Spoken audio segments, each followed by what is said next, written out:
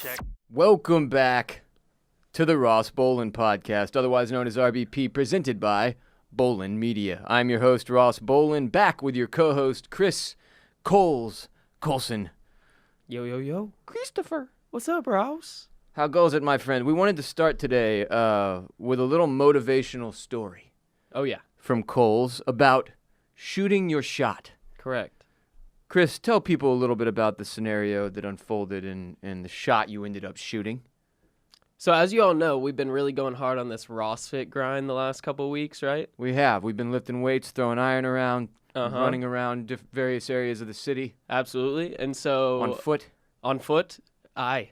Aye, indeed. And so I was at my house over in East Austin at the Juice Box, and I was feeling a little lazy that day. We skipped the workout in the morning, so I figured I'd go for a run in the evening. So I was checking out my neighborhood, and also I've been trying to run in my neighborhood to kind of get a vibe and a layout of where everything is. You want to get a feel for your domain. Yeah, 100%. Your area. Plus, absolutely. In the evening, as you mentioned, it tends to drop below 95 degrees, which makes it slightly less miserable to go jog. Ever so slightly less miserable. Yeah. But, so I go on my run. I mapped out a little route to do a little 2-mile run. I'm about halfway there, and I was wearing I wear like a high altitude breathing mask sometimes. Yeah, people keep messaging me and telling me they think it looks like a jock strap. Or like, I've heard Bane. I preferred Bane to jockstrap, but I mean... I thought Bane, but I'm telling you, like 3 or 4 different messages from people like, yo, tell Coles he looks like he's wearing a cup on his face. Well, I didn't really think that one all the way through. You need to respond to that with like, I was born in the darkness. Yeah, absolutely. Instagram video of some kind. Yeah, I'll get back to my my Bane mask haters on a later time. But good. So I wear the mask when I run, so you can't really, and like also it's hot, like unbelievably hot in Austin. So I usually run shirtless as well. So I'm like a mile and a half into my run, soaked in sweat, probably smelling terrible. Psycho. And as I'm passing this house, this girl walks out the front door, and she's kind of like a jovial kind of bouncing walk, almost like a dance. You know when you're just like in a good mood and you kind of have that bounce to your walk, and she had positivity, great vibes flowing out of her. She's body. Wearing like a crop top Led Zeppelin shirt, I think. It was like a black band tee, which we all know I'm into the band tees. Sure. So right off the bat, got the good vibes immediately. Okay. Looked around your age. Looked around my age, yeah, definitely. But I mean, not hard a MILF situation. No. Okay. Hard to tell these days, but looked around my age. It's hard to tell. Everybody's like, I won't Chris D'Elia you here, but everybody over the age of 25 for me could be like anywhere from 25 to 40 in some cases. And I frankly, I just don't try to guess people's age anymore. No, you just have to ask. Yeah. You just have to ask. But anyways, so I'm running. I see this girl come out, and immediately you have the thought process kind of go through your mind where it's like, do I stop and talk to this girl? Do I attempt to say hello? You have the urge, though. I did have the urge. I did. As soon as I saw her walk out, I was like, oh, she's pretty cute. I'm in a new area, trying to meet new people. Shirt, jovial, all the things. Everything lined up. But, again, soaked in sweat, wearing a breathing mask that looks like a jockstrap. Allegedly looks like a jockstrap.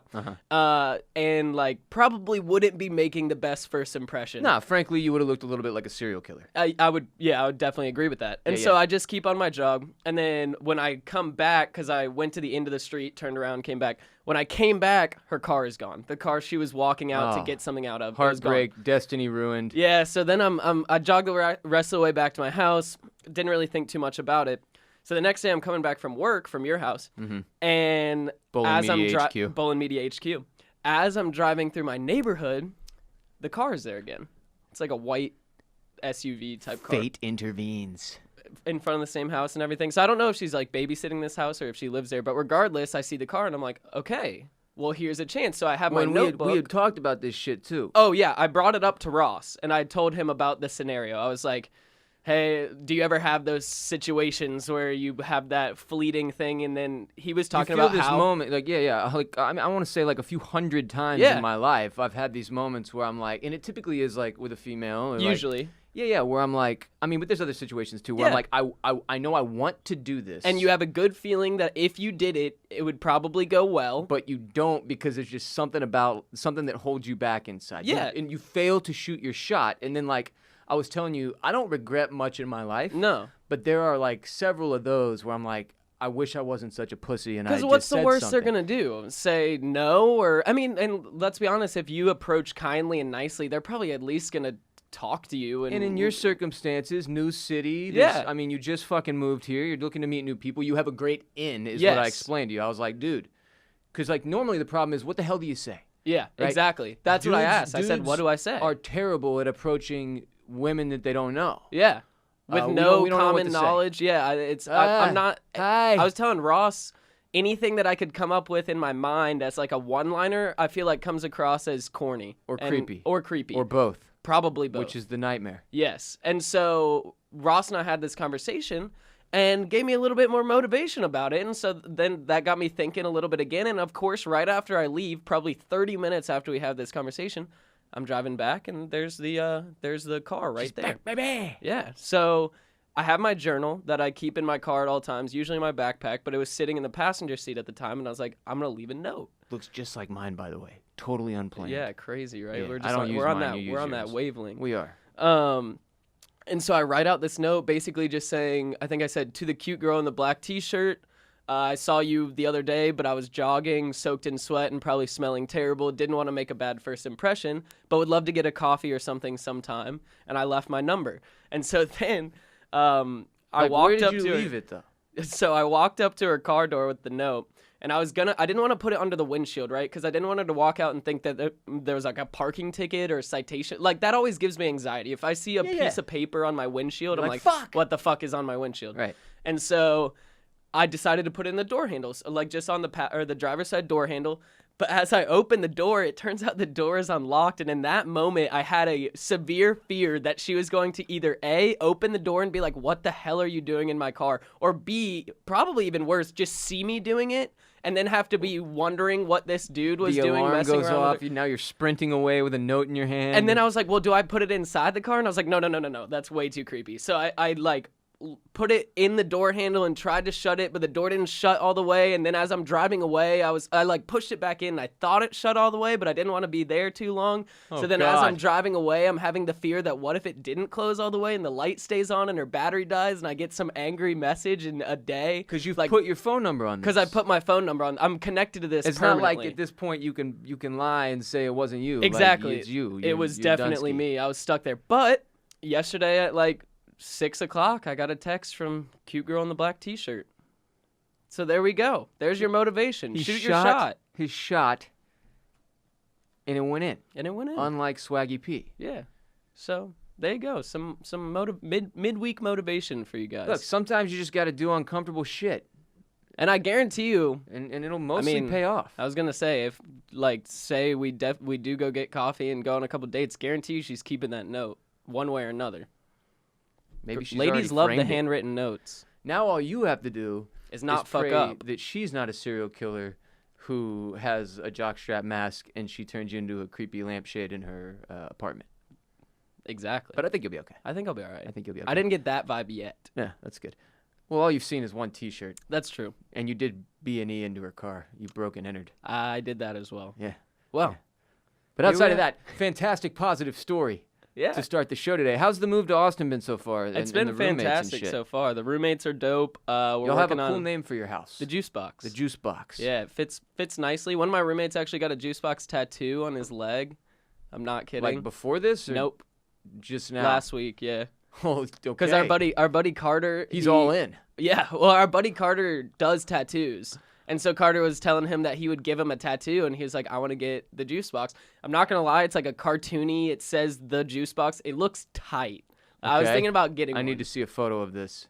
As long as everything goes well over the next, 3 months, I'll probably be getting a Juice Box tattoo somewhere on my body. Do you have any tattoos currently? I do. On my rib cage. Oh, yeah. It's the coordinates to the house I grew up in. My parents said I got it, so if I blacked out, somebody would know where to ship me. I wonder if Carter can turn my busted-ass wedding ring tattoo into something tight. Oh, I guarantee you. Are you talking about like this dude does professional tattoos, or is this they like look a prison-style tat? No. He's got a gun and he's got the whole nine. He's done 9 tattoos on his own body. He's not professional, but he's definitely not amateur. I'm just saying. I've seen a lot of prison tats. Yeah? They don't look good. They never look good. Well, I think he can definitely turn the ring into something. I don't know what. Maybe he'll just give you a black finger. How would that sound? To rule them all. Yeah, like that finger's dead. Yeah. It's no longer accessible. We don't use this. Never again. We don't use this finger. It's done. It's out. Oh, righteous. Well, I love to hear it. Glad you're settling into the juice box. And I'm loving Austin so far. Awesome city. Phenomenal city. Hot as fuck, but yeah. God, I'm glad you're enjoying it. Before we dive into the meat of today's show, listen up. New sponsor alert. Whoop, whoop. RBP 318 is brought to you by Rain. If you're listening right now, you cannot see the awesome sunglasses that Coles and I are both wearing from our newest sponsor, a fantastic company called Rain. Coles, you've got the Mason. I do have the from Mason. Rain, right? With the blue reflective lens and the turtle shell frames. God, they're beautiful. I love these. They're I honestly do. Circular frames are like my go-to, and so and I actually lost my favorite pair of sunglasses 2 days before Ross texted me about Rain. So I was beyond stoked to get the Rain sunglasses in. They've been killer so far, super lightweight, extremely comfortable, and they look fantastic as well. The world looks beautiful with these Rain sunglasses. The best, Coles. The best. What do I have? I think I have the Bastion, if I'm not mistaken. Crystal black. Beautiful. Beautiful. If you're on youtube.com/Bolen Media, you can see them. They're phenomenal. Rain's handmade frames make all the difference. The craftsmanship is apparent in the way Rain's look and feel. They're unlike any sunglasses you've ever worn, and their polarized, high-quality Carl Zeiss lenses are the best in the industry. The quality is unmatched. Everybody loves freaking polarization. Polarized shades. They're the new in. You got to have them. Gotta have them. And Rain's style and super lightweight frames make them comfortable and super versatile. I can wear them anywhere when I go out to the beach, on a hike, playing basketball in the driveway. We kind of have a shitty angle in our driveway. We do. At Bolen Media HQ, where the sun is just blaring into your eyes. Yeah. Blasting and glaring. Especially when you're shooting those corner threes. Oh, it's problematic. Throw on the Rains, boom. That's one thing I like about these. You can dress them up, dress them down. Very versatile. The best, Coles, the best. It's no wonder GQ called Rain one of the best sunglasses for men in 2020 and why stars like John Hamm, James Harden, and Wiz Khalifa all love Rain. Do what I did. Do what Coles did. Get yourself a pair of Rain sunglasses at RAEN.com. Rain.com. Use the promo code RBP to get 20% off your first order. That's RAEN.com. Promo code RBP. For 20% off your first order, RAEN.com. Promo code RBP, 20% off. Go grab yourself one of these pairs you see on our faces on youtube.com/Bolen Media if you feel so inclined. Now time for some announcements and shouts. Happy belated birthday to Lexi. I hope it was a memorable one. Happy birthday, Chance Newcomb. His 23rd birthday is on Saturday. We have a new Instagram account, @TrashLicensePlates, that Coles has launched. Everybody loves these horrific trash moves that people pull with their vanity plates. We're taking the very best one. We've been sent thousands and thousands and thousands of them over the past 3 years. Coles is going through the archive on the RBP Instagram, pulling the best ones, and we're making a fantastic new, hilarious Instagram to keep y'all chuckling at people's trash license plates, @TrashLicensePlates on Instagram. As I mentioned, if you want to watch our show, you don't have to just listen anymore on Apple Podcasts, on Spotify, on SoundCloud, whatever. You can go to youtube.com/Bolen Media. Watch the episodes. Take a look at us. Look at us. See us. Don't just hear. See. One day maybe you can feel. It's a little more intimate, you know. You really feel involved. You feel in the room with us. Oh, yeah. Right here. The guys at Permanent Record have a phenomenal video set up for us. Cool graphics. Love the way it looks. Go check it out. Again, youtube.com/Bolen Media. This upcoming Sunday, August 2nd, in the month of August, God, we're almost there, from 6 to 9, p.m. CDT, I will be playing a horror, not WHORE, horror, HORROR, video game with Arian Foster, former Texans running back, great turned incredible musician. Bobby Fino is his rap name, Bobby Fino. Y'all have heard Arian on the show. If you haven't, Google Arian Foster, the Ross Bolen Podcast. He was actually the first big celebrity guest to ever honor us with his presence on the show and allow me to interview him and me and Dude to become friends, really, and we're stoked to scare the shit out of each other and talk some mental health at the same time on twitch.tv/bossrollin this upcoming Sunday, August 2nd from 6 to 9 p.m. CDT. Coles will be there as well, I'm sure. Aye. And we're going to have a blast. So if for whatever reason you don't give a shit about that, you should. Twitch.tv/bossrollin, BOSSROLEN, is also where you can catch Coles and I live playing Warzone several times a week. We play with podcast listeners. All you have to do is add our Activision name. We throw it in the chat on there so you can add it easily. Join our Discord server that has over 700 members of the RBP gang in there talking all manner of things, from sports to mental health to stonks to recipes to pet pictures. It's incredible. Our Discord community is awesome. It's something that you have to come through twitch.tv/bossrollin to get the link for right now, unless you check it out on Twitter when I tweet it out. But those little links expire in 24 hours. So if you see a link to the Discord go out on Twitter, at Ross Bolen Pod, or on Instagram, at the Ross Bolen Podcast, join the Discord. If you see us live on twitch.tv/bossrollin, come through and enjoy it. We're trying to make partner. We're trying to get up to 75 average viewers. We're up over 600 subscribers now. Big shouts to our dude Sicario. Gotta love the man. He came back through. He fucking reappeared out of nowhere the other day. 50 subs he dropped on us, which I believe is like the equivalent of $250. The dude is an enormous supporter. But big shouts to everyone who has subscribed, who has followed, who has shared twitch.tv/bossrollin with their friends. If you have Amazon Prime and you want to support the podcast and support Bolen Media, even if you don't care about gaming or live streaming on Twitch, maybe you don't fuck with Patreon, you don't mess with any of this other stuff we do, all you have to do is go to Twitch. It'll take you 2 minutes to make a huge impact for us by connecting your Amazon Prime account to Twitch.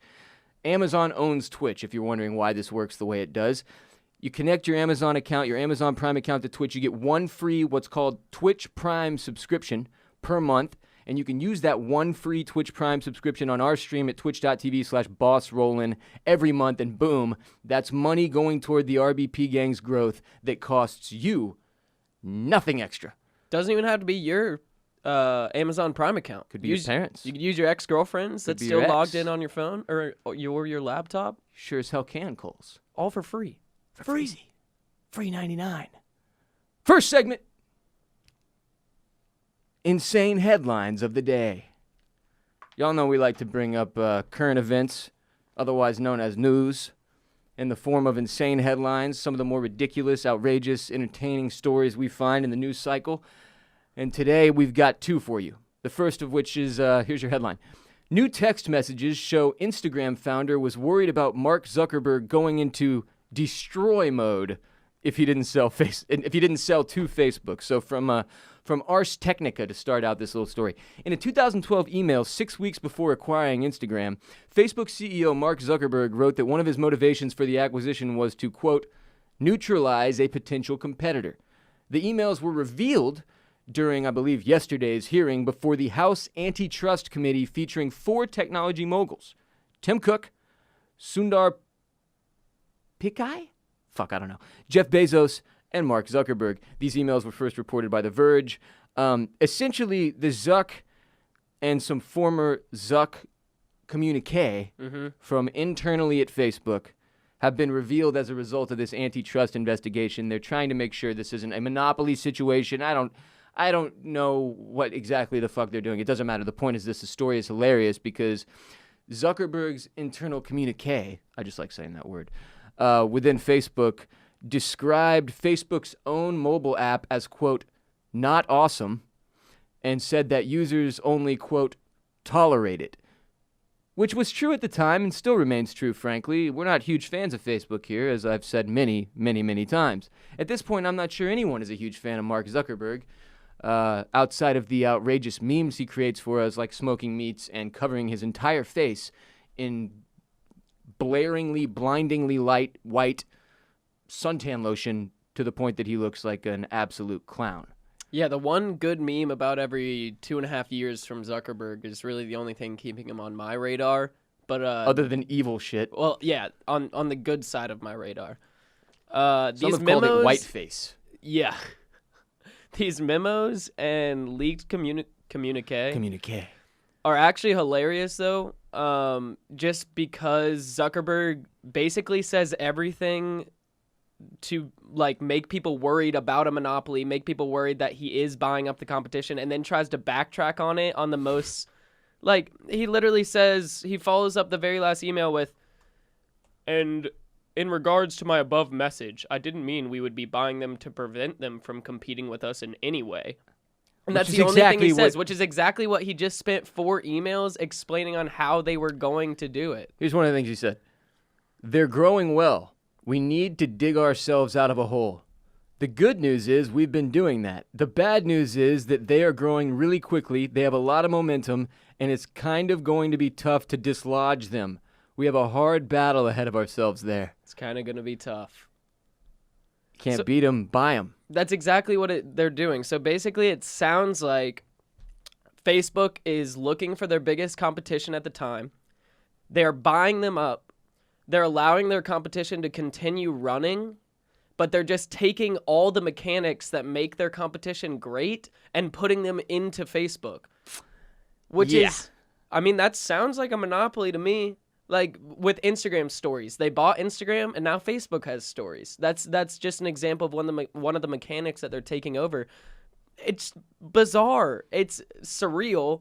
And it's an excuse for Facebook to never have to improve because anytime competition gets close, they just buy them. That's the reason it's an antitrust investigation right there. Because it gets complicated and slippery when one of the biggest, most wealthy companies in the world, anytime they see a threat, can just go, and we're buying you.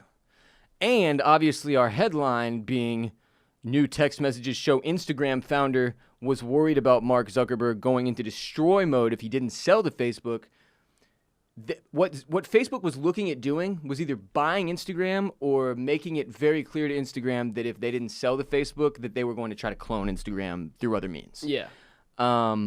Which they've done in other instances. They didn't buy Snapchat. They created their own little version of stories, right? Which they also did within Instagram as well. It's just problematic that Instagram's founder literally was like, well, I can either sell to Facebook or wait for them to fuck the value of my company vis-a-vis whatever they create. Do everything that they can to be an actual competitor. So here's some of the messages Congress released in this from the internal Facebook communications of Zuckerberg discussing acquiring Instagram, which was reported largely virally by @Donnie or Dunny, D-O-N-I-E on Twitter. Instagram is eating our lunch. We should have owned this space, but we're already losing quite badly. Lots of new friends are joining and following me every week, and I find myself checking it, Instagram, far more often than Facebook Mobile. That's so fucked up. It's a far more focused, compelling way to keep up with what my friends are doing. Google Plus, do you remember Google Plus, is a red herring. We are getting distracted by a shitty clone while guys like Instagram and Pinterest ramp up and create new markets that we should have seen coming. All very, very spot on. Yeah. If you're going to give him any credit here, it's seeing the writing on the wall. Yeah, absolutely. Because that is all so accurate. Yeah. They were getting wrecked absolutely. by Instagram. Facebook became like pretty much meaningless to anybody that's like tech savvy and knows the internet because there were other places to do more fun shit like Instagram. Google Plus was a red herring. It was trash, absolute garbage.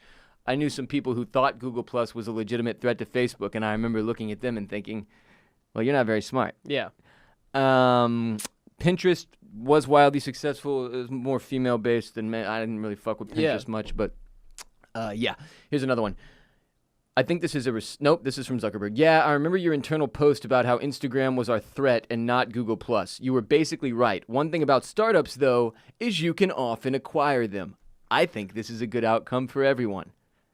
They continue, the businesses are nascent, but the networks are established. The brands are already meaningful, and if they grow to a large scale, they could be very disruptive to us.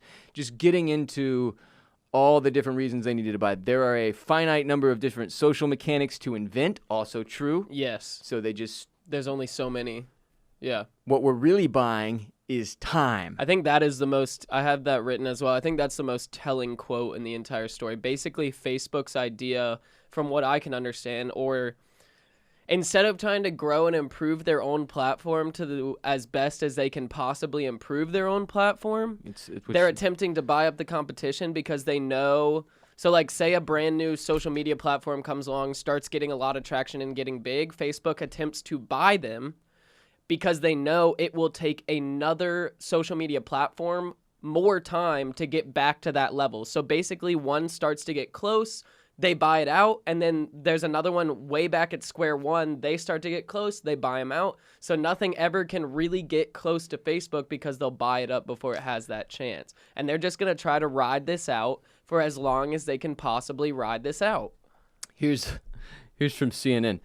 Rep. Joe Negussi referenced an email Zuckerberg sent in 2012 saying Facebook had reached a deal to acquire Instagram. A Facebook employee who is redacted from the email responded simply, "Well played."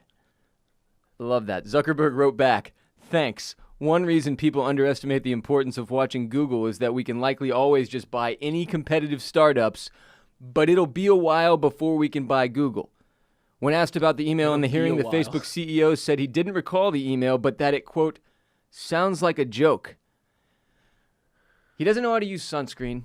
He's never told a joke in his entire life. The closest he's come is talking about Sweet Baby Ray's barbecue, and he was dead-ass serious. Yeah, I was going to say, yeah. He was dead-ass serious. That was not meant to be funny. It's a joke for us. Yes, he only has unintentional humor as a cyborg. Absolutely. But he won't admit to that. And obviously, the entire situation is just hysterical. Watching him put under like the lamp and interviewed or questioned by anyone in the government is one of my favorite things in the world. It is quite entertaining. He is no longer a human. Absolutely. If he ever was. If he ever was. Next headline. Florida man accused of using COVID-19 relief funds to purchase a Lamborghini. Nice. So from CBS, a Florida man has been charged with obtaining $3.9 million in PPP loans, Paycheck Protection Program loans, and using it to buy a sports car and other luxury items in Miami Beach. The U.S. Department of Justice said a criminal complaint was made against 29-year-old David T. Hines of Miami, Florida. The complaint alleges that Hines sought approximately $13.5 million in PPP loans on behalf of different companies and made numerous false statements to do so. Hines was approved and awarded $3.9 million in loans. So he went after $13.5. They hit him with $3.9 million. He's using all these different companies to try to make it look like he needs this money in funds for his payroll protection is what it is. To make sure that you could pay your employees during an economic downturn based on the shitfuckery we've all been enduring this year with COVID. The complaint further alleges that within days of receiving his PPP funds, Hines purchased and this is what I love, a 2020 Lamborghini Huracan, I believe, Huracan, doesn't matter, sports car for approximately $318,000. He got the Evo edition, too, not just the standard edition. He got basically the extra sporty edition. Jesus God. The 29-year-old is also accused of not making the PPP the payroll payments he claimed on his loan applications, of course. He did, however, allegedly make purchases at luxury stores and resorts in Miami Beach. He was charged with 1 count of bank fraud, 1 count of making false statements to a financial institution, and 1 count of engaging in transactions in unlawful proceeds. This is among the most incredible, like, fuck it moves of all time. And frankly, like, if there was ever there's never been a better time to pull a fuck it move than right now. I'd say so. I can see his train of thought. Absolutely. This whole PPP thing has been a complete and total mess. There's like a ledge, and I know exactly where that ledge is. Yeah. And then once he was past that, he is all in. At that point, you just got to go. Look, he's already fully lied, right? He gets approved for $3.9 million, right? I wonder if he applied for the $13 million like as a joke, and then they actually approved $3.5, and he was like, well, I mean, fuck it. Yeah, 3.9. That's almost $4 million. And then he uses $318,000 of it on a souped-up Lamborghini Huracan. As well as $5,000 at Saks Fifth Avenue and more than $11,000 at 2 Miami area hotels and $8,500 worth of diamonds at Graff Diamonds. Look, David T. Hines was balling really, really hard for a short period of time here. Then he got caught. He was living the life. Diamonds? For about, I wonder how long this... Has this been going since March? Because if he got a good 3 months out of it, it's kind of worth it. I mean, it sounds like he got at least a little bit of time with the Lambo, right? Why did he stay in Miami? You got to go somewhere. Bienvenido a Miami. Got to get out there. Got to get out. Yeah. So you get $4 million right now. What are you doing? If somebody handed me $4 million? Yep. Oof. paying off my house first. And we'll go from there. I don't know. I'm definitely not buying a Lambo. I'm buying a jet, and I'm getting the hell out of here. That's not how it works, Coles. Why not? Because if it flies, floats, or fucks, you're supposed to rent it. Don't just buy a jet. Where are you going? An island that I'll buy with the remaining $2 million. Oh, God. You're going to go live like Tom Hanks in Castaway, but have a jet. Who will be your Wilson? Who will be your Wilson? I got to say this. If you're going to pull a fuck it move, preferably your fuck it move doesn't diminish the pool of funds for people who actually need them. But still, you almost have to respect this dude's swing here. This is shooting your shot by definition. Yeah, you got to respect the hustle. Florida man has long been the most brazen and ridiculous criminal in the United States. Like somewhere along the way, Florida man decided he was going to step up and take the spotlight off of other states like my own home state, Texas, where routinely ass-backward behavior embarrasses us all. But Florida man has found a way to take the heat off almost all other southern states with his stupidity. And for that, we salute him. He is the hero America deserves, but not the one it needs right now, so we'll laugh at him because he can take it. Because he's not our hero. He's a brazen jackass, an ignorant turd out there, a Florida man. RBP 318 is also brought to you by Bird Dogs, makers of the most comfortable all-purpose shorts in the fucking world. You can literally wear them to do anything, anywhere, at any time. I'm wearing mine right now to record this podcast, believe it or not. And right after this, I'm probably going to go home and play basketball in these same shorts. It's called Versatility. They're gym shorts with a built-in silky soft inner liner that makes underwear obsolete. They are shockingly comfortable, honestly. It feels like I'm wearing nothing, like I'm just sitting here recording like Winnie the Pooh with a shirt on and no pants, which might make Coles feel a little uncomfortable, but that's part of his job, to stand the discomfort that I bring. They dry faster than a bathing suit. Bird Dogs, you can hit a workout, jump straight into the pool, get out, dry off in the sun, wear them to drive around in your Tesla because you have a Tesla now, then drive that Tesla back home and wash it with your golden retriever Elvis, because you're wearing Bird Dogs, and bitch, you can do anything. Could be a Lambo. David T. Hines was almost definitely wearing Bird Dogs in his Lamborghini. I guarantee you that. That actually was just the one part they didn't include. He spent about $4,000 with Bird Dogs, presumably, allegedly. Diamonds on his neck, Bird Dogs on his ass and dick, Lambo underneath his ass cheeks and dick. Yeah. Go to birddogs.com, enter the promo code RBP when you check out, and they'll throw in a free Bird Dogs face mask. It's like a condom, but for your mouth. Free Bird Dogs face mask along with your pair of Bird Dogs. They're very high-quality masks, beautiful masks. Birddogs.com, BIRDDOGS, birddogs.com, code RBP, boom, free Bird Dogs face mask with your order. Enjoy your Bird Dogs. You will never want to take them off. They're a safe space for all your most valuable possessions. Next segment. If alcohol and weed switched places in American culture. So, Coles, we were talking the other day, and you brought up a hypothetical that was fascinating to me that we have to discuss. What if weed and booze switched places in American culture, and all this time we had been a country with a culture built around greening out instead of blacking out to solve our problems, suppress our feelings, and smoke out the real world instead of drowning it out? Sure. There's a lot of things that would be a lot different. So just where do you want cultural standpoint? Where do you want to start with this? Do you want to start prohibition in the 30s just kept going, but weed was legal, or do you want to go way back? I think we got to go way back. All right, so let's founding fathers. Yeah, because it's like it is a cultural touchstone, cornerstone even, perhaps, in the United States. Booze. From the second, you're born, every TV show, every movie, every fucking thing, every social activity. We've spoken a lot about this because I quit drinking 2.5+ years ago or whatever.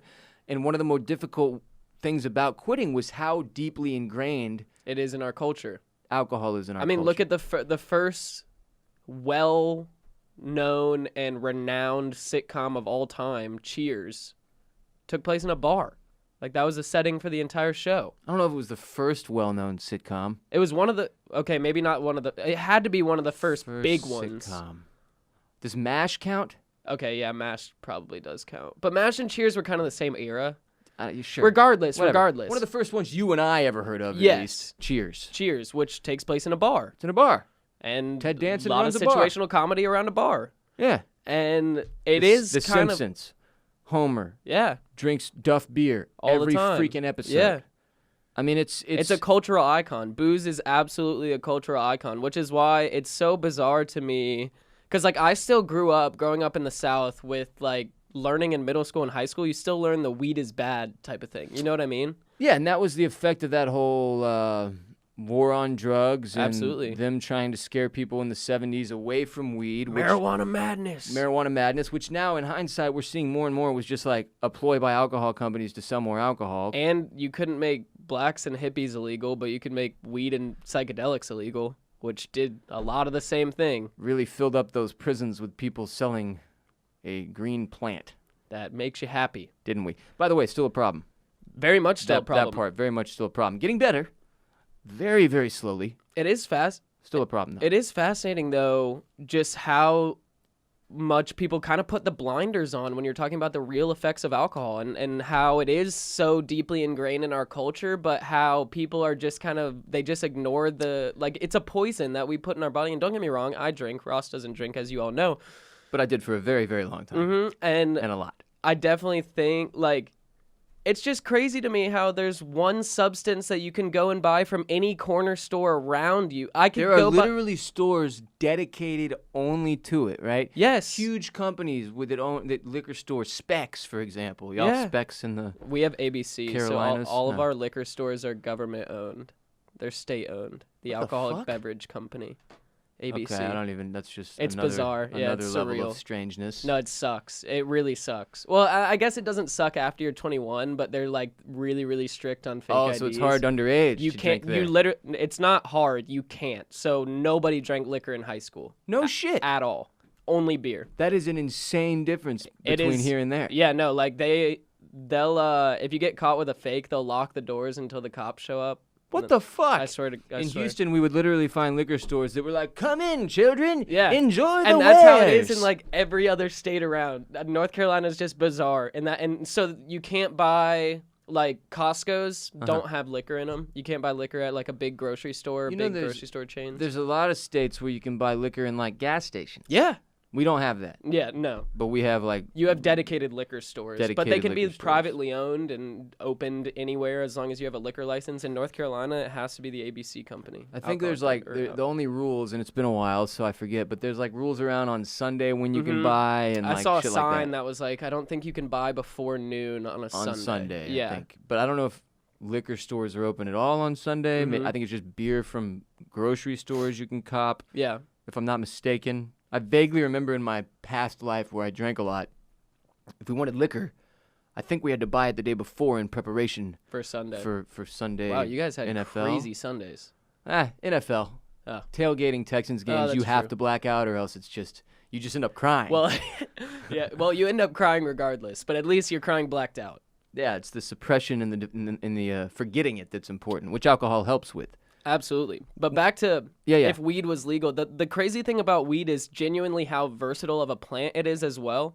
So if you go back and say hemp was one of the main textiles that we used back in the 1700s before it was originally taxed, I want to say in the 1760s. Hemp. And hemp, it yields more per acre than cotton. It's stronger than cotton. It's a little bit more expensive to produce it, basically, but that's just because we've done so much research on cotton, not as much on hemp. But it's a very versatile fabric that can be used for lots of different things, as well as used in medicine. Same with marijuana, can be used in medicine. There's two types there's the hemp plant and there's the marijuana plant. Hemp is the one with CBD and textiles. But they're both cannabis products, correct? Yes, both cannabis. And so if you're going way back, that was a cash crop that was never even utilized by the United States, really. We went the tobacco route, which is a whole nother thing. Tobacco and booze shut out weed. Exactly. And it was something that nobody really used in the United States for years and years and years. And now we're finding, with all this medical research finally on marijuana, how great of a substance it can be if used the correct way. And I know Ross and I, one of the biggest reasons we want weed legalization is so that we're able to go to a dispensary, treat it like a pharmacy, and get exactly what we need to help us with anxiety, depression. If you're tired, have insomnia, yeah. Or in the case of needing a little pick-me-up, get a sativa. And so when people don't have access to those certain things and they have to buy just whatever their dealer has off the street, it's not going to be as nearly as beneficial to you if you're using it in a healthy way. Also, this is the reason I hate that weed has always been called a gateway drug. What a completely unfair statement. If alcohol was only available through illegal drug dealers, booze would be considered a gateway drug to, well, not that it isn't already, but of course, if you're buying a substance that is illegal from a drug dealer and that drug dealer sells other substances as well, at some point he's going to be like, well, you're here for the weed. You want some acid? I don't even think it's a gateway drug in that sense. I think it's just if you're socially using a drug of any kind, it's a gateway drug. If you're socially using alcohol, somebody there is going to be socially using cocaine. Sure. And you know what I mean? And that's the natural progression of things. Somebody there is going to be socially using Molly. Yeah, that's on you personally, personal responsibility-wise. It's not on the drug. Never in my life have I been smoking weed and be like, you know what? It's just not doing it for me anymore. I think next time I'll have to pick up some Percocets. I need some meth, man. Weed is fun. I want to see meth. Yeah. What is meth going to do for me? That argument in and of itself is completely ridiculous. Also, weed is non-addictive. Mentally, it can be an addictive substance, but anything can be addictive mentally. Here's the thing. The way I got dependent on alcohol was from a social standpoint. Yeah. The way I have experienced dependence on weed was from a maintenance standpoint, from when I was the most depressed in my life and the most in need of it and in need of a crutch and in need of something to sort of get me through. That was the only time I've really had a dependence on weed, whereas alcohol and socially, it's just a much more unhealthy relationship that I had with alcohol and a much more difficult to correct relationship. But well, we talked about alcohol the other night, how you see yourself approaching the line. And then when you're drinking, very commonly, you just bust right through the line and keep on going. And I did every time. Yeah, exactly. But when you're smoking, you're much more self-aware of yourself, and you're not, I don't think I've ever truly greened out, as people say, just because I know my body. Oh, I did when the one time I hit a gravity bong, but... Yeah. I should also say, we're speaking in generalities here, people. I'm very aware that for some people, marijuana is not the answer and that drinking is perfectly fine for you and you don't have any issues with it, and that's great. Congratulations. But the point is this. In American culture, imagine the difference if weed was substituted in for alcohol just throughout the course of the country. Like, how many horrific decisions have been made as a result of someone being hungover? Absolutely. How many days were ruined by somebody being hungover? Like... just driving drunk in our country as a problem. All the different side effects of weed that like bar fights. I mean, of alcohol. When you look at weed, that just aren't. They're not going to lead to the same thing. So it's kind of hilarious to think about. Like if the shoe was on the other foot, granted, then I would be sitting here probably talking about how it's bullshit that alcohol is illegal. We would be looking at a completely different country. Yeah. It would just be... No, it really would be. It's crazy how you change one thing at a small level like that, say 200 years ago, to think of how many things would be different at this point now is kind of mind-blowing. It's reefer madness.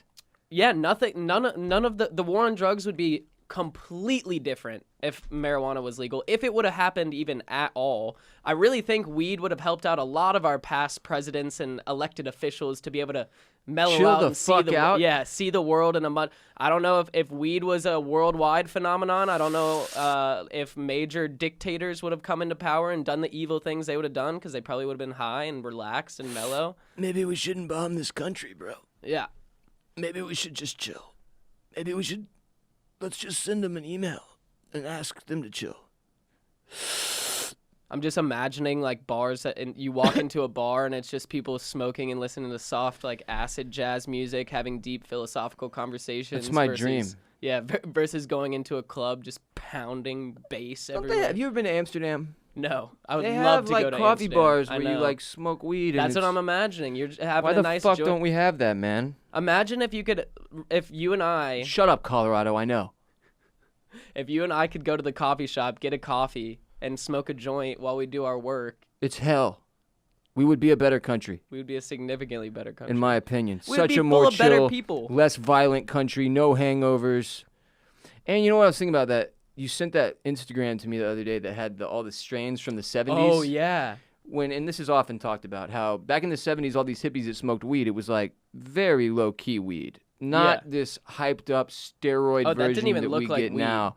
That's weed. What we have now doesn't look like weed.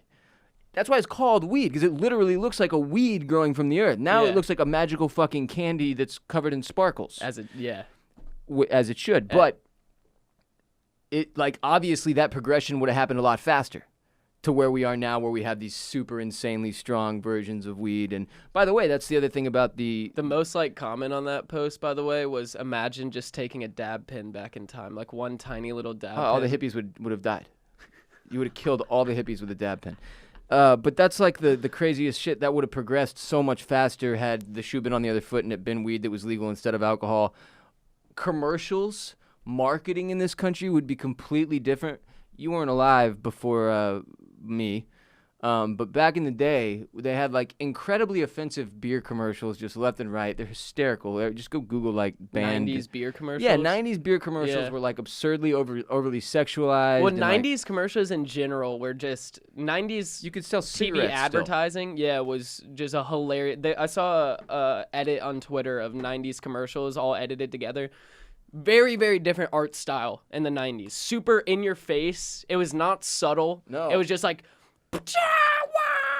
explosions. You want this shit now. They all tried to use animation a lot, which would be weird. You would have like a totally normal scene and then some like animated superhero would like crash in and hand somebody a beer or a soda. You're reminding me of the Kool-Aid Man. Oh, yeah. Yeah, seriously. It was a lot of Kool-Aid Man-esque type of promotional stunts and everything like that. But think about how frat culture would be different. Greek life would be different if marijuana was more ingrained in our society than booze.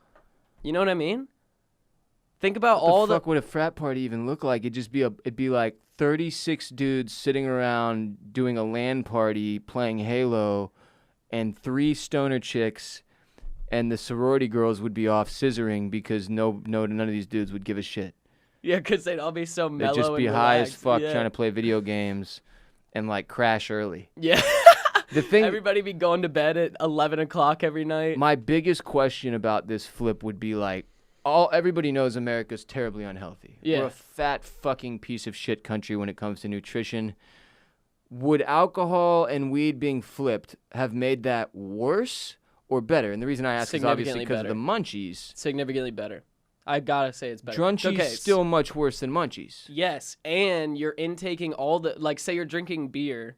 If you're drinking light beer and you're a 20 to 30-year-old guy that drinks normally, you're probably going through 10 to get drunk, I would say.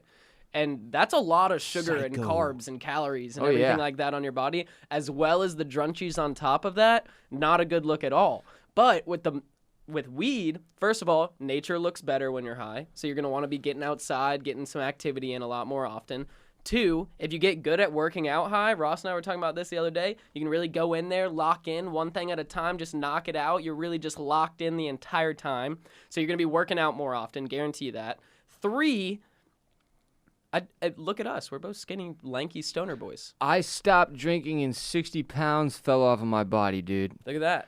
I didn't like. That's not a testimony. I don't know what is. This was not RossFit that got me skinny. We weren't even doing it yet. Yeah. Like RossFit is me now trying to gain weight back because literally just the sugar and the carbs from that much alcohol every day is what created Ron Bowler.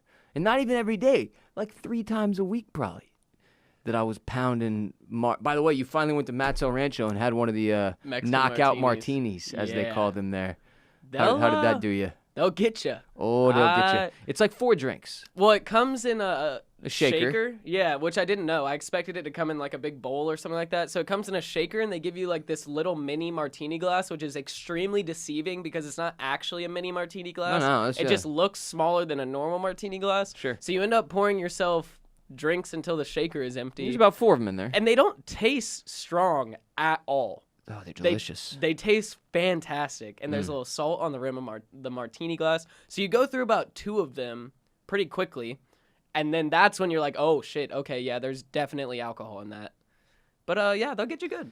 $13, but they'll get you good. They are not cheap. They are not cheap. The other question I had is like, all right, weed and booze are switched. Yep. What do bars look like? Like, obviously, they're serving weed instead of alcohol. I don't mean that. But, like, think about the typical American bar. Yeah. We got sports on the TV.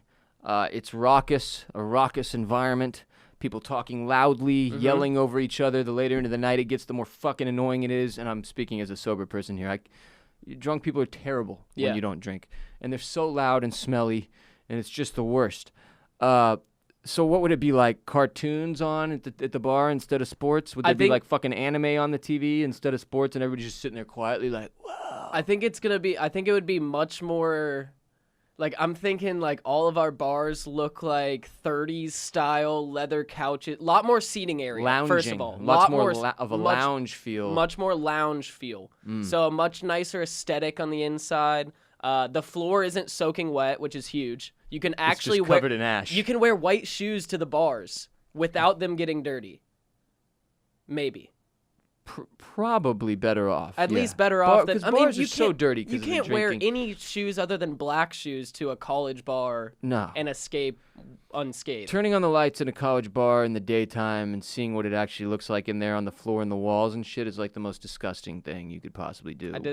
I've experienced that one time, and I was like, this is where I spend my nights. It's awful. This is atrocious. I think it would be much more. I think would still be into sports and things like that, but I definitely think there would be much more intellectual conversation going on at the bar, maybe a little bit softer on the music, more visuals. We're going to have some nice lighting in there. Sports stadiums, like, they're going around, cold beer, everybody's just smoking doinks in the fucking stadium. The whole stadium is smoked out. You can't even go to a sporting event without getting stoned, whether you like it or not. I didn't think They'd about all that. need open roofs. I didn't think about that. Otherwise, the whole shit's smoked out. Next thing you know, all the players and the referees are stoned. Yeah, that's what I'm saying. Imagine, what's the Cowboys stadium called? Jerry World? Yeah, imagine Jerry World, literally just a hot box Jerry World. That would take a lot of weed to smoke out AT&T Stadium. It would, but Texans go hard. We have the technology to get it done. I guarantee you, though, Texan white people would definitely be much more accepting and loving of all people. Almost definitely. Also, if I ever get to open a weed bar at some point when we legalize this shit fully in Texas in like 2032, I'm going Planet Earth on the TV the whole time. Only thing on the TVs is Planet Earth and badass animal clips. Like you're gonna be the Jungle Cafe, but the weed version of it. Sorta, yeah. Actually, that sounds fucking badass. Yes, exactly. I like that. Trademark, copyright. Speaking of weed and the munchies, RBP 318 is also brought to you by HelloFresh, America's #1 meal kit. HelloFresh lets you skip those trips to the grocery store and makes home cooking fun, easy, and affordable. Seriously, every time I have made a HelloFresh, I'm amazed that even I, the village idiot of the kitchen, am able to crush these, and they're so damn good and so much better for me than literally anything else that I eat. So easy. And again, if you're picking between the fast food meal you normally order and getting yourself a HelloFresh that's going to give you the nutrients and fill you up, you got to go HelloFresh. It's the year of the comeback in the kitchen, too. HelloFresh's recipes are so delicious. They offer so many recipes to choose from each week to help you break out of your recipe rut. There's something for everyone. Low-calorie, vegetarian, family-friendly recipes every week. They offer fresh, high-quality ingredients every week for a super flavorful experience. Over 90% of ingredients are sourced directly from growers to ensure the freshest recipes are delivered to your door. Save time and stress effortlessly. HelloFresh offers contactless delivery to your doorstep for easy home cooking with the family. Everybody loves contactless delivery in 2020. HelloFresh cuts out stressful meal planning and grocery store trips so you can enjoy cooking and get dinner on the table in just about 30 minutes or even 20 minutes. With their quick recipe options, you can save up to 28% by using HelloFresh versus your grocery store shopping trips. And HelloFresh is committed to giving back. HelloFresh, making fresh, delicious food available now more than ever, has taken extra steps to keep its employees and customers safe and donated over 2.5 million meals to charity in 2019 alone. This year, they're stepping up even harder their food donations amid the coronavirus crisis. Go to HelloFresh.com/80RBP. Use the code 80RBP to get a total of $80 off, including free shipping on your first box. Additional restrictions apply. Please visit HelloFresh.com for more details. That's HelloFresh.com/80RBP. Use the code 80RBP for $80 off, including free shipping on your first box. HelloFresh, baby. Start eating better today. Next segment, notification nonsense. All right. My next self-improvement that I'm doing this year. We've got Ross Fit going. It's the year of the comeback. I got a haircut yesterday. I have got to get the notifications on my iPhone under control. This has been like a multiple year struggle for me. Okay. Where I have like tried here and there to put a dent in the amount of notifications I get every day. Here's what brings this about. I'm in the shower a couple days ago. Sure. I've got my phone on the counter. It's playing some music. And I have forgotten to like switch the little switch from like silent to ringer mode to silent mode or whatever. And what it does when I get anything, an email, text, whatever, if I'm playing music, I've got the chime turned off, so it's not like it was going ding over and over. But it's got the deafen. It deafens the song. This happened about 40 times, so I didn't get to enjoy a single damn song in the shower, and I was like, that's it. That's it, I'm done. I've been pushed over the edge. I can't take it anymore. Because, dude, it's the every fucking app on my phone. It's the emails. It's the fact that I want the Gmail app, not the fucking Apple email app. It's the fact every single thing that happens now gives you a notification. And it's very, like, I can't just turn off all notifications. No. I have to go in and individualize them, which is something I've put off forever because, frankly, it's a pain in the dick. But here's the problem. These notifications keep you constantly on edge. Oh, absolutely. They keep, like, we all know we have issues with screen time and our phones and not putting them down and living life and fucking concerts is 30,000 idiot back before COVID. 30,000 morons filming the whole concert, myself included. One snap, everybody knows the rules. It's gotten so out of control, and the notification madness. Like, dude, every website I go to on my computer now, it'll be like, hey, we want to send you some noties, allow or block. And I'm like, block? What the fuck? A website? Now, what do you want to send me notifications about? I accidentally, on my desktop computer, the one that's at your house currently, I accidentally turned on Instagram notifications for that computer unintentionally. Ooh. And so now, anytime that I have Google Chrome up, if I get a like or a comment or a follow, any type of Instagram notification, it dings on my desktop computer, even when we're gaming or anything like that. This isn't what you want. No, it's atrocious. And Ross, as we've discussed before, I commonly find myself on aux at social events pre-COVID, right? You're the aux guy. I am the aux guy, as you are the aux guy as well, as we discussed. I was once, yes. Ross had a now Tahoe I'm just at the aux guy in my house. Ross had a Tahoe at one point, which automatically makes you the aux guy. But with a system I've learned that I have to keep the phone on silent because if I'm on aux and I get a notification that deafens the music, say as we're approaching the chorus to the legendary hit song No Hands by Roscoe Dash and Waka Flocka Flame, not only is the party pissed, I'm pissed, the vibes are gone, and everybody's leaving. Everybody goes home. Everybody goes home. That's it. You got one notification, and now there's no beat drop. No one can turn up. You can't ruin that chorus. No one can get litty. They have to go home. I think that, we have the Do Not Disturb button, but honestly, it doesn't even work that well. Every time that I've tried to use it, I still get notifications, I swear. Even when you turn it on, I don't know why, or if I'm doing it the incorrect way, or if there's an extra step to it. They're just backed up when you finally turn it off, and there's like 400 of them. Yes, exactly. Do you ever get the notification dumps, where you'll get one notification from an app, and then all of a sudden it's like, oh, right, we have notification, and it'll dump you like 46 notifications in a row? Discord does it to me sometimes. Literally, in the several minutes we've been sitting here, 1, 2, 3, 4, 5, 6, 7, 8 different notifications like that popped up on my front screen. I have, which is just 1, 2, 3, 4, 5, 6, 7, 8, 9, 10, 11, 12, 13, 14, 15. Oh, this is and most of them are from the same apps. Why can they not all just condense? It doesn't make any sense. Why do I have 1, 2, 3, 4? I have 6 different notifications from Discord alone. The answer here is that we have to go in and individually treat each of these apps. So what I've started doing, and this is, keep in mind, I've started my battle already, and I still got that many during the course of the time we've been sitting here. So I'm going in and turning them all the way off for any app that I'm like, there's literally no reason I would need an instant notification from you. Got you. But I'm also they're off on my text messages. So then what's your, really? I don't want your bubble popping up. I check my texts when I want to check them. Sure. When it is time for me to have a moment to check them. And I've gotten to this point as a result of business, too. Like, I'm getting hit all day, every day. Sure. Email, text message, all day, every day. Email, text message, email, text message. you have to carve out time for your phone to go in and then fucking live life. Yeah. Like maybe it's once an hour, maybe it's once every 30 minutes, depending on your career or what you have doing.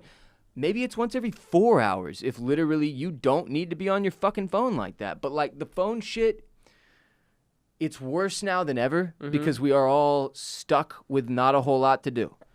And even more than ever, instead of like talking to each other or paying attention to the show we're supposed to be watching or our kids or whatever it may be, we're staring at our damn phones like, please God, give me a notification that this is over. Like, give me a notification that something positive has happened. And the problem is they're all negative. Like every notification is like, another 7 months of COVID is coming. And you're like, I had to turn news off forever ago. The stock market is having a terrible day. And I'm like, okay, that's not great. Half of the Marlins have been infected with COVID. And I'm like, God fucking damn it, stop. And that's the problem. I can't even leave the ESPN fucking noties on anymore because they're depressing. Like, everything is depressing. If you are one of the, 80% of human beings right now who's sitting there like, I'm having a hard time this year, my mental health is trash, I feel like shit. Dude, this is one of the ways you can combat that. Absolutely. This notification nonsense has to stop. We do not need this many of them. We've got to go in individually and take the time. It may take a full fucking hour of your weekend, but go in this week. I'm going to do it. I'm going to go in and make sure that every single one of these shits that I don't need is completely off, no longer clogging up my phone. I'm going to set like little windows to check my text messages and shit, but like texting has become such a fucking like everybody expects you to respond immediately. Yeah. And it's like, that's just not realistic for most of us who, like, when you become an adult, there's too much going on, man.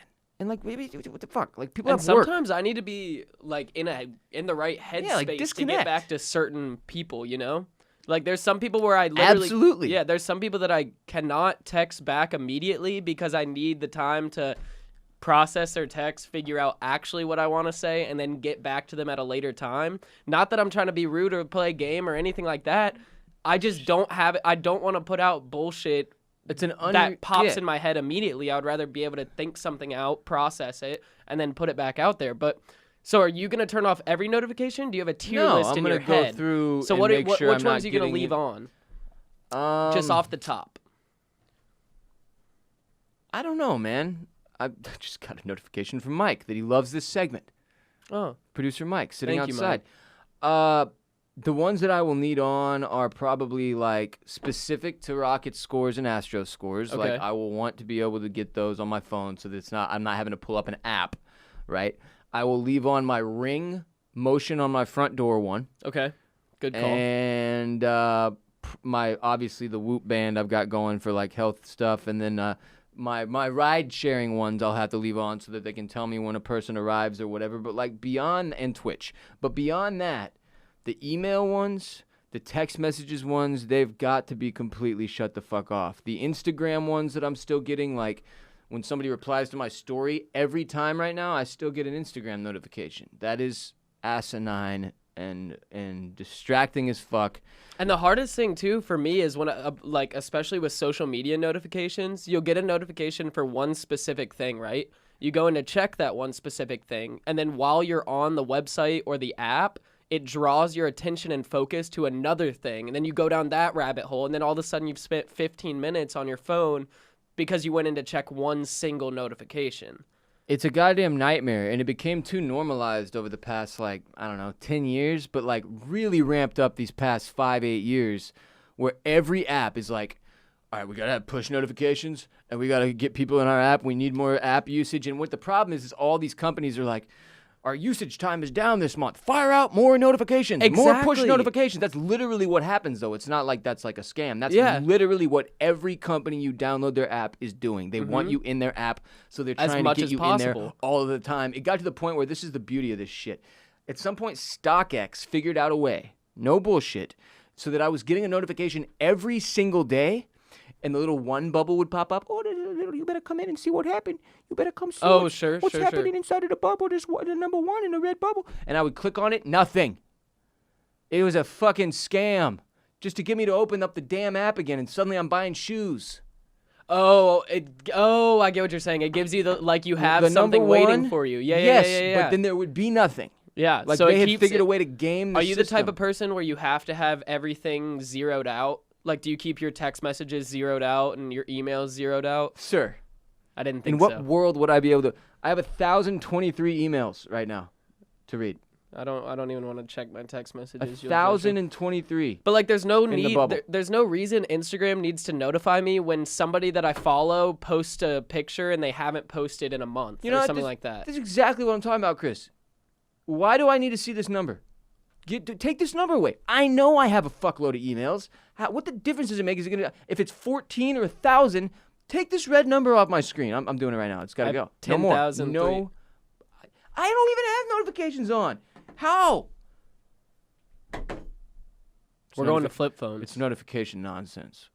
Flip phones, flip phones, flip phones. You're the comeback for flip phones as well. I'm not even kidding. I really think flip phones and non-smartphones will take a much larger role and presence in the business world moving forward, where people will have a specific business phone that they only use at their job, like in corporate America, that's just a flip phone. So nobody can text them on it. Business ethics. Yeah.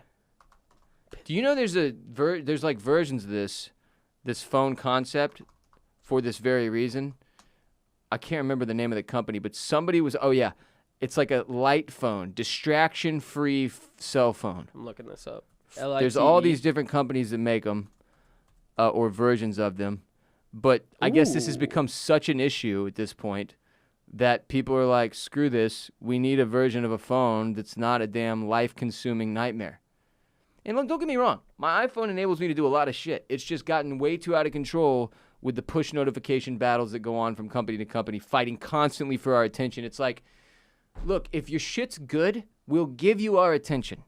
Please don't send out a push notification every single day to tell me you're having a sale that goes in conjunction with 14 different emails that you spam me with, and then a phone call, then you leave a voicemail, and I don't even know how you got my goddamn number. And it's even down to the little shit, too. Like Twitter, the way that they make their threads, they keep you tagged in every single reply, even if so if you tweeted something and you tagged me in that tweet, and then somebody replied to that tweet, it would link me in that thread just because you tagged me. And again, this is all easily solvable. Oh, I was going to say intentional, but easily Very solvable as well. easily solvable. I turned all my Twitter shit off long ago just because I'm so popular. It just can't be handled Of course. Yeah.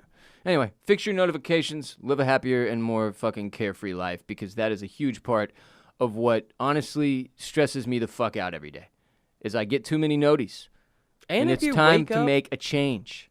Like, if you wake up in the morning and the first noti you get is a negative notification, that is not the way you want to start the day. That's like, I was telling you about it last week. It's much more impactful than we give it credit for. That's the thing. Absolutely. That is a bad energy to immediately put into your headspace. Like, nobody thinks about it like that. None of us take it serious. It's just my silly phone. No, man, that shit fucks you up. Yeah. Like, when I woke up, I think it was last week, and I got a reply on Twitter that was less than ideal, and I told you about it. It was the first thing that I saw in the morning, and it threw me off for the first 4 hours. Oh, is that guy telling you he had pictures of your butthole? Yeah, guy telling me, I can't believe my picture of my butthole are still circulating. He just really threw me off for the day. Man, it's crazy because they're like from 2014, you know? You don't want that butthole. You were a minor. Yeah, you definitely don't want that butthole. Minor B-hole.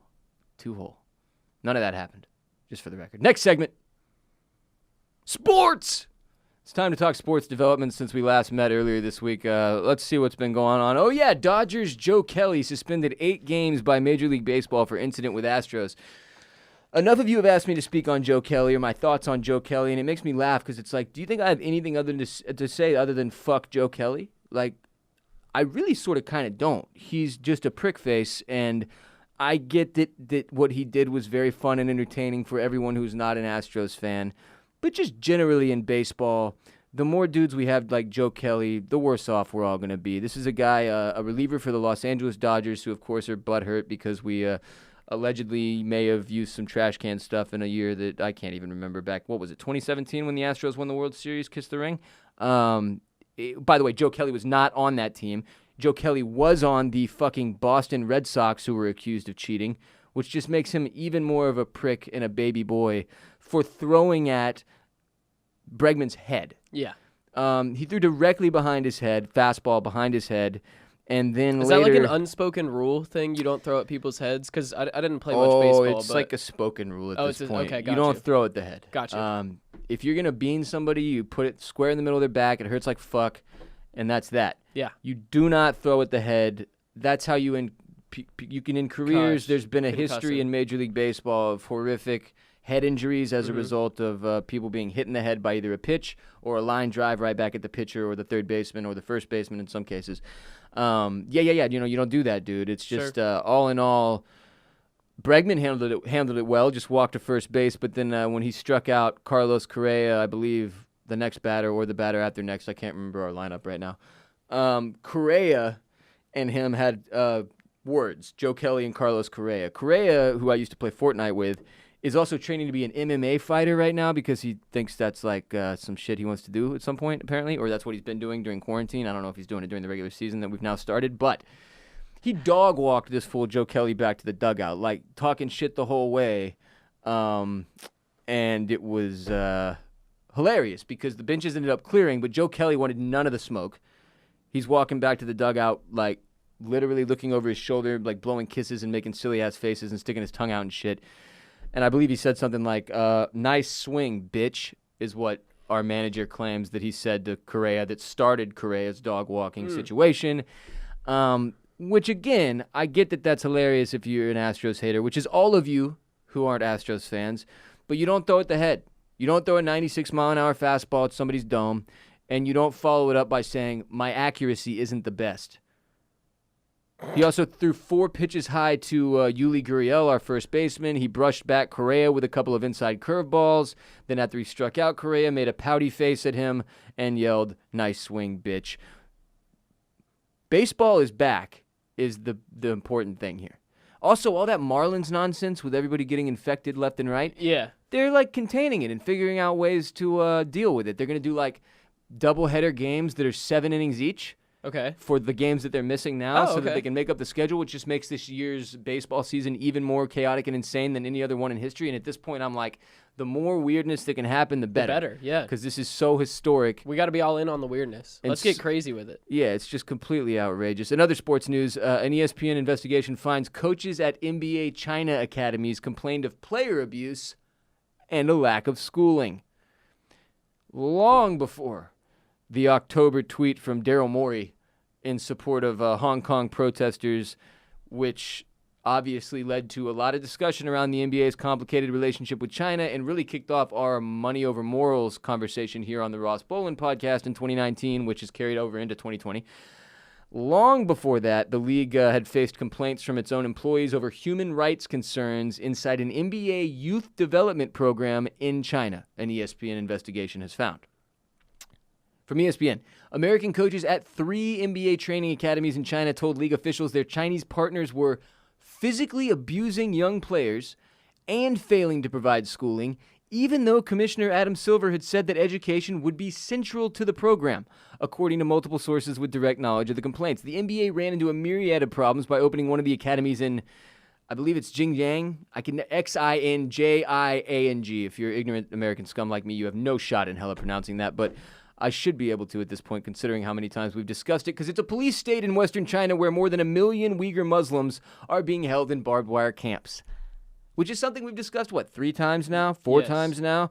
American coaches were apparently frequently harassed and surveilled there, the sources said. One American coach was detained 3 times without cause. He and others were unable to obtain housing because of their status as foreigners. A former league employee compared the atmosphere where he worked in that same area to, quote, World War II Germany. Oh. Well, it looks like Daryl Morey isn't the asshole in Money Over Morals. Those takes I had are stronger than ever, so suck it. This is an ongoing investigation that's going to turn out, I am betting the NBA slowly starts to pull away from some of this involvement that it has in China, in particular in these developmental camps where they're saying that these kids are not only not being taught like they were supposed to and educated, but abused. Yeah, that's not ideal. Not good. So these are basically, just to clarify, these are NBA academies that have Chinese people staffing them, and then we send a small amount of American coaches over there to assist in the process? Oh, I have no fucking idea. Oh, okay. I'm pretty sure that's what's happening. Yeah, so it sounds like they're just, getting their asses worked off on the court every single day. And, school is just completely taking a back seat and maybe doesn't exist at all, which is not what we want for the kids or the NBA. Or anything like that. So now they're reevaluating and considering other opportunities for the academy program. Yes, it operates out of sports facilities run by the Chinese government. Got you. So you think this is China's way of developing a Chinese super team to take on the American super team, and so that way we don't have to have World War III. We just have our two basketball teams battle it out. Winner takes all. Doubtful. Oh. Doubtful. That'd be sick, though. This is a mess. This shit is ridiculous. The fact that we even have camps over there is nuts.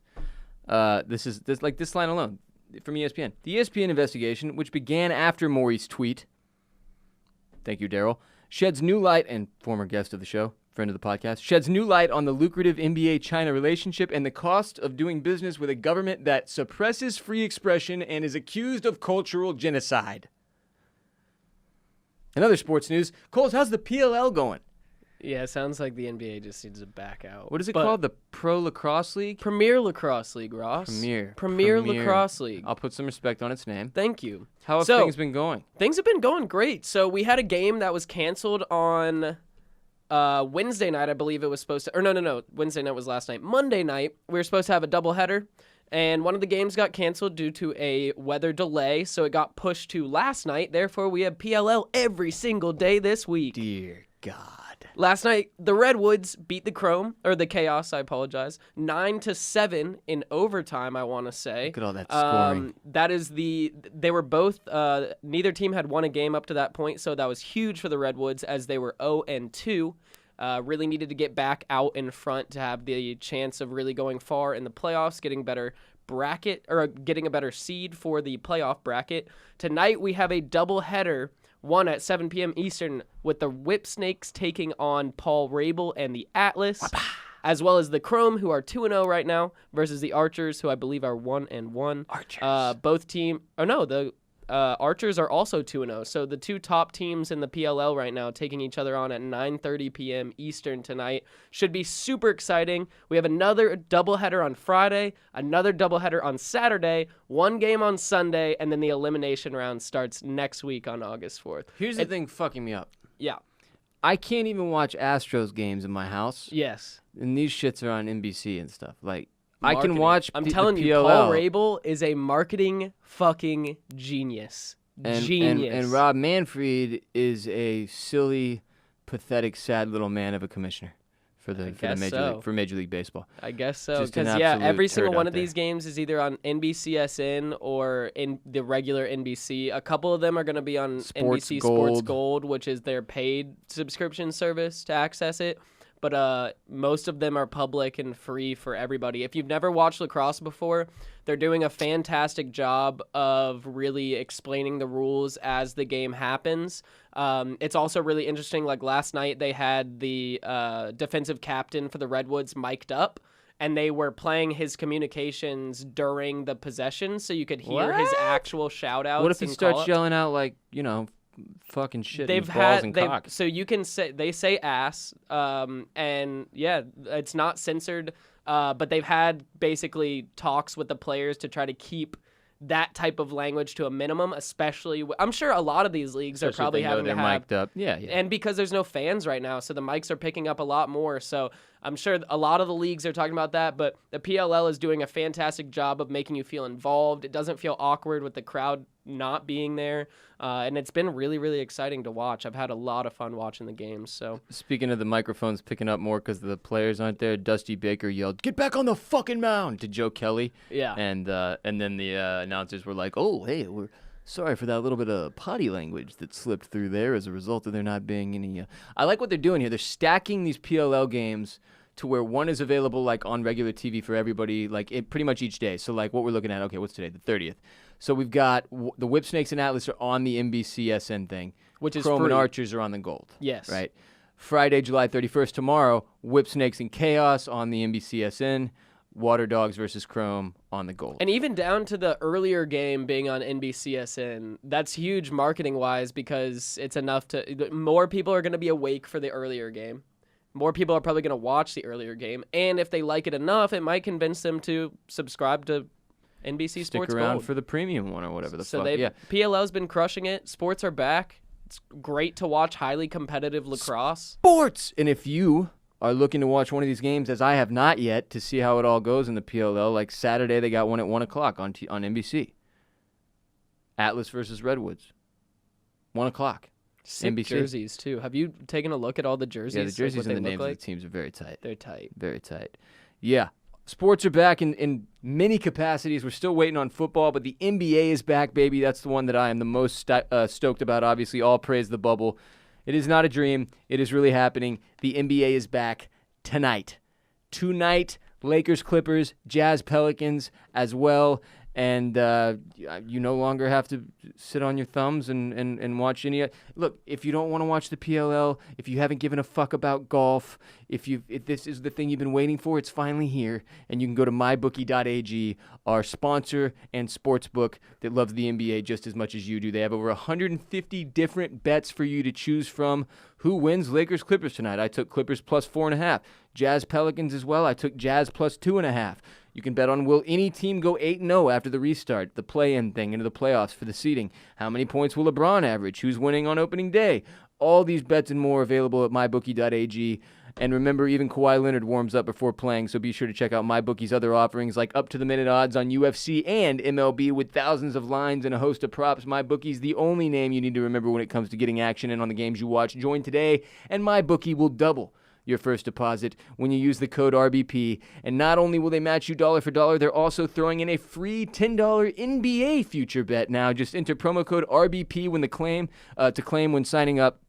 MyBookie.ag. The terms are simple. You bet, you win, they pay. Sports! Go low, baby! Before you head out to take on the world, it's time for some very important announcements. First and foremost, you have 3 legal obligations you've been saddled with as a result of having listened to this entire podcast. First, rate and review. Second, tell one person about the show this week.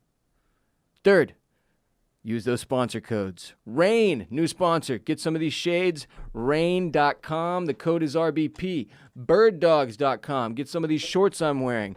Code is RBP. HelloFresh. HelloFresh.com/80RBP. And, of course, MyBookie.ag. Code RBP. Follow the show on Instagram at the Ross Bolen Podcast. We are on Twitter at Ross Bolen Pod. And you can find us on Facebook somewhere if you're either Cole's mother or the aunt of one of our the middle-aged aunt of one of our listeners, excuse me. Also, follow me, Ross Bolen, on Twitter, Instagram, and Snapchat at WRBOLEN, at WRBOLEN, Twitter, Instagram, Snapchat, also twitch.tv/BossRollin. This upcoming Sunday, 6 to 9 Central, myself and Mr. Arian Foster will be playing a horror game. Chris, where can everybody follow you on social media? You can find me on Twitter at Q0ULS. You can find me on Instagram at ChrisSC99. And you can find me on Snapchat at Chris_Coulson. That's COULSON. Check out Bolen Media's television and film podcast, Oysters, Clams, and Cockles, available wherever RBP is available. That's Oysters, Clams, and Cockles. We're covering Perry Mason on HBO currently, as long as The Great on Hulu, Huzzah. As well as The Great on Hulu. Huzzah! If you're not watching either, we also cover general and TV and film news every week in the form of a segment called Tidbits and Such with Barrett that is legitimately my favorite part of the show at this point.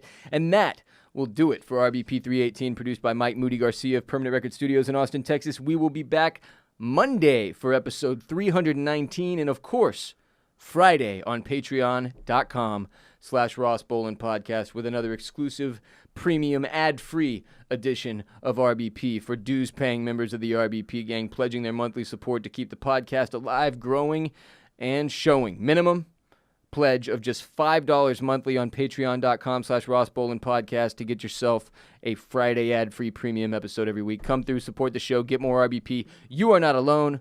Podman gets paid. Respect Mr. Park, strength and honor. Gang, gang, gang. Chris, say it. Peace be with you. And also with you.